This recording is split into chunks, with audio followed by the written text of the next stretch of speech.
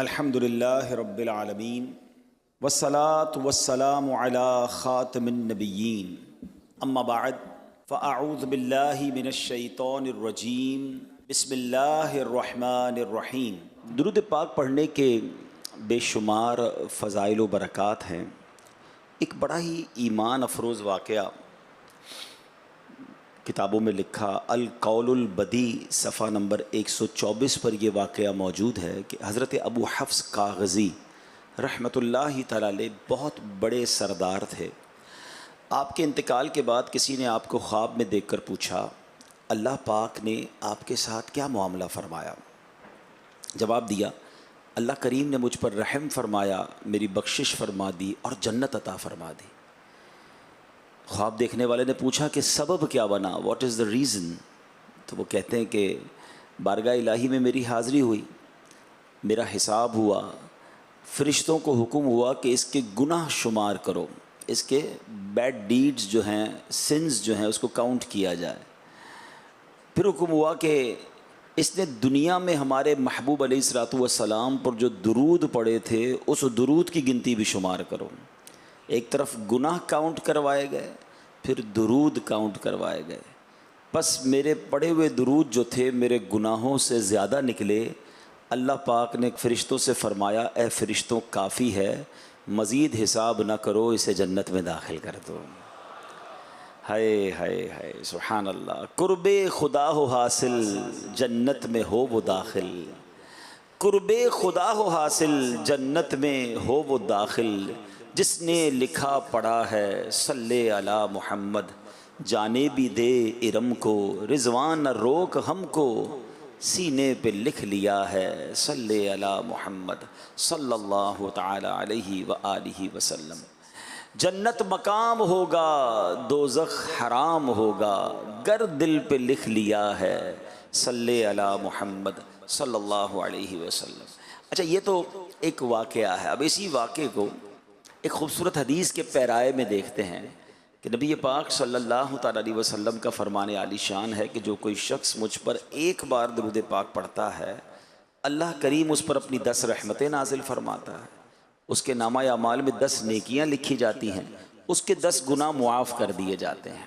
اب ذرا سمجھیے گا بات کو کہ گناہ اللہ پاک کرے کہ ہم گناہوں کو چھوڑنے والے بن جائیں، گناہ ہمارے کم ہو جائیں، مگر ہم انسان ہیں نا، ہم سے خطائیں ہو جاتی ہیں، لیکن گناہ تو لکھ لیا گیا۔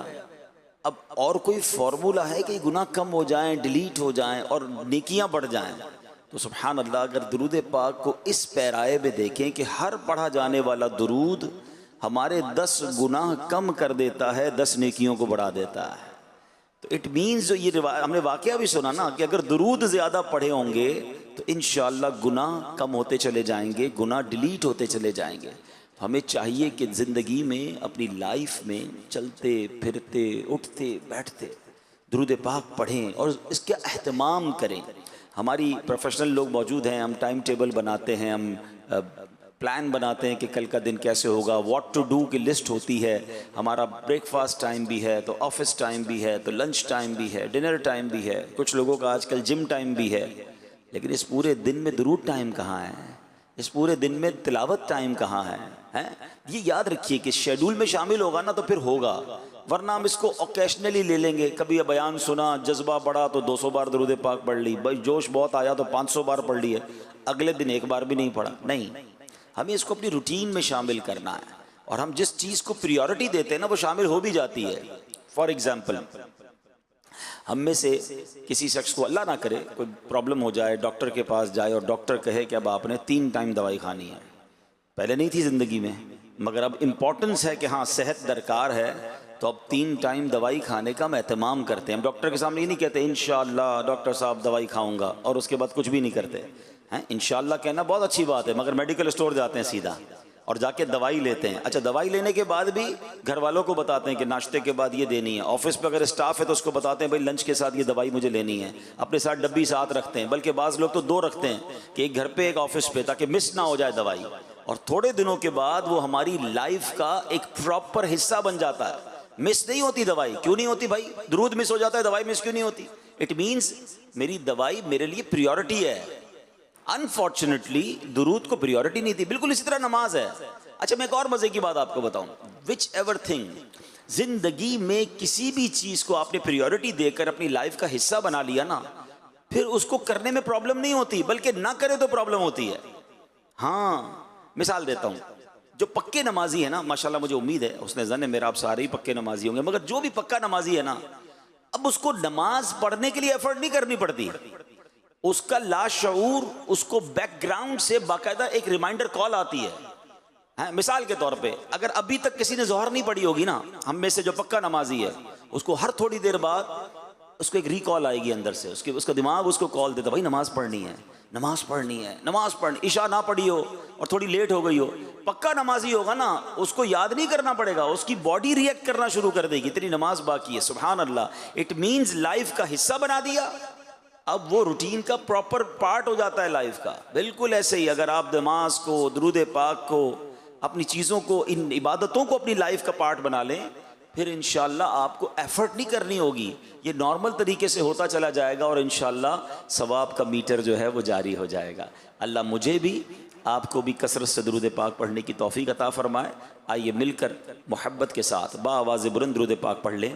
صلو علی الحبیب صلی اللہ تعالی علی محمد صلی اللہ علیہ وسلم. بخاری شریف کی حدیث ہے. سبحان اللہ, یعنی اس ایک واقعے سے سرکار دو عالم علیہ الصلوۃ والسلام کی اتھارٹی, نبی پاک کے اختیار, اور جب جب یہ واقعہ سنا, شاید سینکڑوں بار میں نے بیان کیا, سنا, آپ نے بھی شاید بیسیوں سینکڑوں بار سنا ہوگا, مگر جب سنتے ہیں نا, کہتے ہیں نا, طبیعت ہری بھری ہو جاتی ہے. مدینہ منورہ میں بارش نہیں ہو رہی تھی. اچھا پہلے یہ امیجن کر لیجئے گا یا انڈرسٹینڈ کر لیجئے گا کہ یہ واقعہ پورا بخاری شریف میں موجود ہے, ٹھیک ہے. میں اس کی سمری بیان کر رہا ہوں. مدینہ پاک میں بارش نہیں ہو رہی تھی اور کئی ماہ گزر گئے تھے. تو نبی پاک علیہ الصلوۃ والسلام جمعے کا خطبہ دے رہے ہیں, ایک صحابی کھڑے ہو گئے, کہتے ہیں یا رسول اللہ صلی اللہ تعالی علیہ وسلم, بارش نہیں ہو رہی ہے, ہمارے مویشی بھی پیاسے ہیں, ہمارے کھیت بھی سوکھ گئے ہیں, یا رسول اللہ اناج بھی نہیں ہے, کرم فرمائیے, دعا کیجئے بارش ہو جائے. سرکار دو عالم علیہ الصلوۃ والسلام نے ہاتھ اٹھائے اور اللہ کی بارگاہ میں دعا کرنا شروع کی. اچھا راوی کہتے ہیں, جو حدیث کے راوی ہیں, کہ اس وقت مدینہ پاک میں ایک بھی بادل کا ٹکڑا نہیں تھا, بالکل کلین اسکائی, یعنی آج کے لفظوں میں کہیں کہ فور کاسٹ میں بھی بارش نہیں تھی, بالکل کلین اسکائی ہے. مگر نبی پاک نے دعا فرمائی. ایسا نہیں ہوا کہ دعا کے 2 گھنٹے 4 گھنٹے بعد بارش ہوئی, ڈیورنگ دیٹ دعا بڑے بڑے بادل آنا شروع ہوئے. راوی کہتے پہاڑ جیسے بادل آنا شروع ہوئے.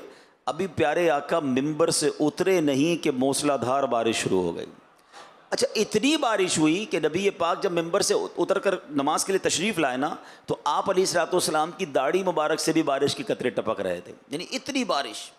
اچھا جمعے کی نماز تو ہو گئی, مگر بارش نہ رکی, پورا دن بارش, سیٹرڈے بارش, سنڈے بارش, منڈے بارش, ٹیوزڈے, وینسڈے, تھرسڈے, اگلا فرائیڈے دوبارہ جمعہ آ گیا, بارش رکنے کا نام نہ لے.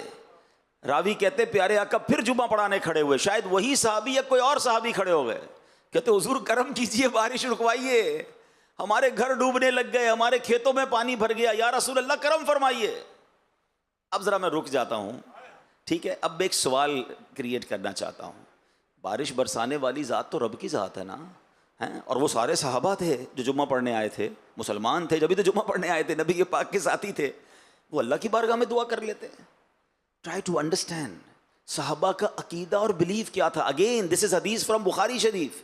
صحابہ کرام کا یہ عقیدہ تھا, یہ ان کا بلیف تھا کہ جو چاہیے وہ پیارے آقا سے مانگو, یہ رب سے دلا دیتے ہیں. واہ کیا جود و کرم ہے, شہ بتہا تیرا, نہیں سنتا ہی نہیں مانگنے والا تیرا. بھائی بارش برسانی ہے تو بھی نبی پاک سے عرض کر رہے ہیں, رکوانی ہے تو بھی عرض کر رہے ہیں, مگر اب نبی پاک کا کمال دیکھیں. پیارے آقا ہاتھ اٹھا کر دعا فرما سکتے تھے کہ یا اللہ بارش کو روک دے, نہیں. اللہ کے نبی علیہ الصلوۃ والسلام نے اپنی انگلی کا اشارہ فرمایا. حدیث کے الفاظ ہے, پورے مدینے پہ بارش برس رہی ہے, کلاؤڈی ویدر ہے, اور نبی پاک اپنے ہاتھ سے اشارے سے فرما رہے ہیں اللہم حوالینا ولا علینا, اے اللہ ہم پر بارش نہ برسے, ہمارے اطراف میں برستی رہے. اب اس کی وجہ کیا تھی؟ مثال کے طور پہ شہر کراچی میں بارش زیادہ پڑ جاتی ہے, روڈیں بھر جاتی ہیں, لوگوں کو تکلیف ہوتی ہے, مگر ہمارے اطراف میں جو کھیت ہیں اور جو بڑے بڑے میدان ہیں, اگر ان میں بارش برستی ہے تو ہمارے نیچے بورنگ کے پانی بھر جاتے ہیں, کئی کنویں بھر جاتے ہیں, بہت سارے دیگر فوائد ہوتے ہیں, نہروں میں پانی آ جاتا ہے, بہت سارے ایزی کام ہو جاتے ہیں. لیکن شہر میں ڈیفیکلٹ ہو جاتا ہے. تو نبی پاک کی اتھارٹی دیکھیں، اللہ کے حبیب عرض کرتے ہیں اللہم حوالینا ولا علینا، راوی کہتے ہیں جدھر جدھر ہاتھ کا اشارہ فرماتے گئے بادل کٹتا گئے۔